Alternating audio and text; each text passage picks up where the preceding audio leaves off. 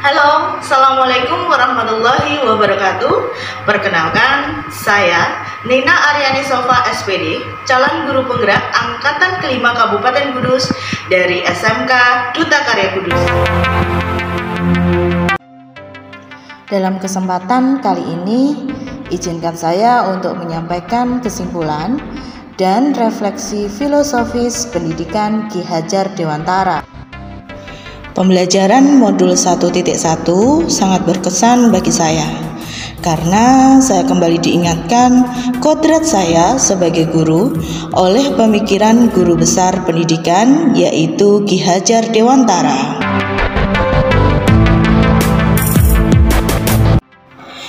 Yang saya garis bawahi dari pemikiran Ki Hajar Dewantara yaitu guru adalah penuntun, bukan penuntut bagi siswa.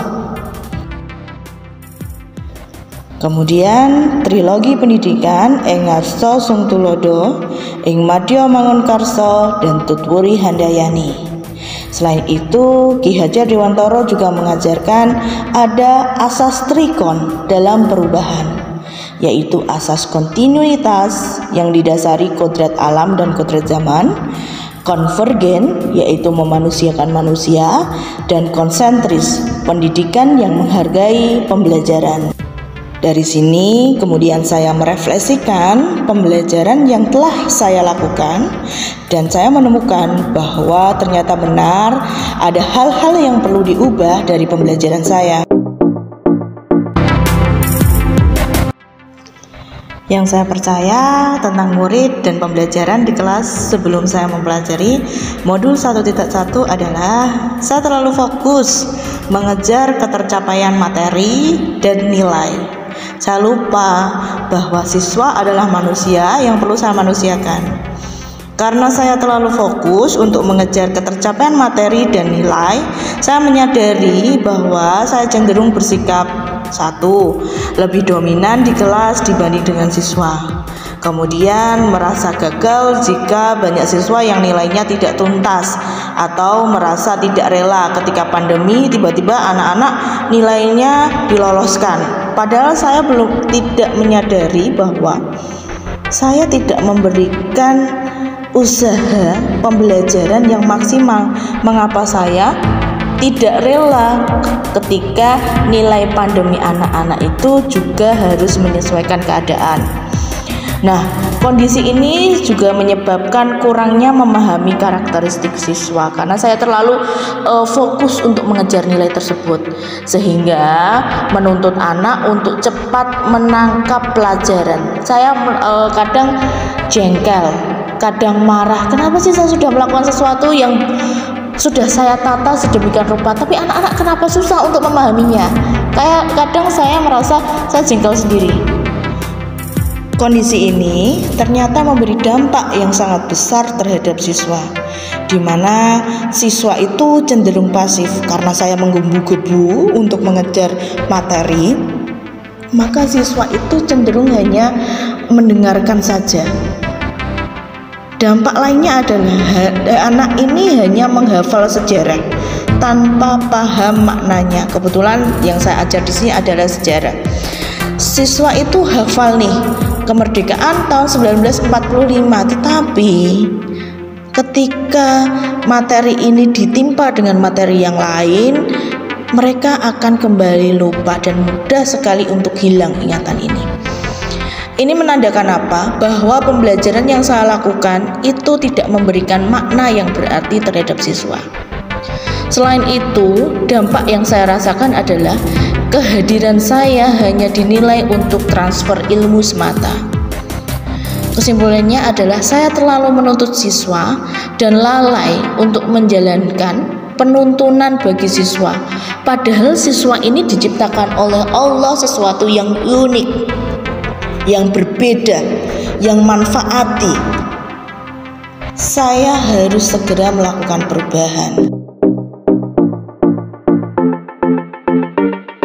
Saya bersyukur dengan belajar terjadi perubahan mindset setelah kembali mendalami pemikiran Ki Hajar Dewantara. Misalnya, menempatkan diri sebagai guru sebagaimana mestinya, di mana guru adalah penuntun bukan penuntut.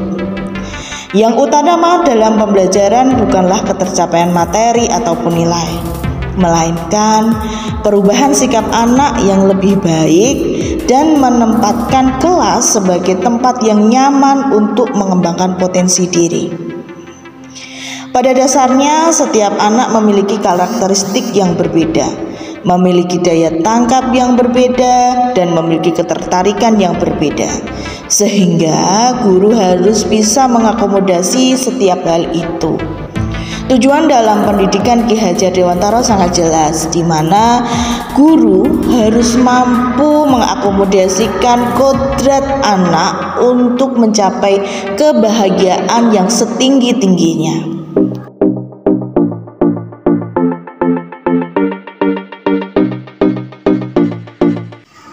Sebelum berlarut-larut, maka harus ada hal yang perlu dirubah dan segera diterapkan untuk proses pembelajaran dari refleksi Ki Hajar Dewantara. Yang harus saya lakukan adalah 1. Merancang pembelajaran yang bermakna, menyenangkan, dan melibatkan semua potensi anak.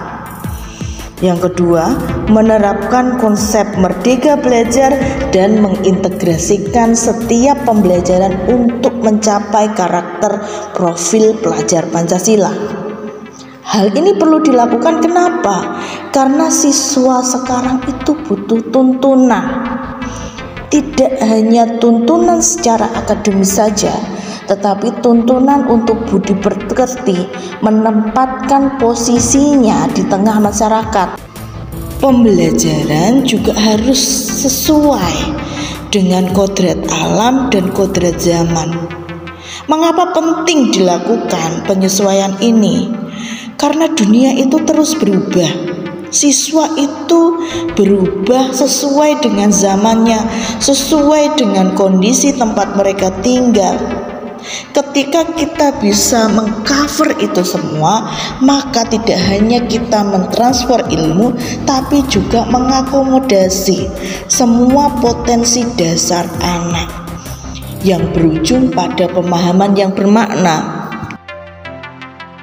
Itulah kesimpulan dan refleksi saya terkait dengan filosofi pendidikan Ki Hajar Dewantara yang saya pelajari di modul 1.1. Semoga menginspirasi, semoga bermanfaat. Mohon maaf apabila ada kesalahan. Guru harus terus bergerak. Guru penggerak Indonesia maju. Salam hangat dari saya, Nina Aryani Sofa. Sampai jumpa.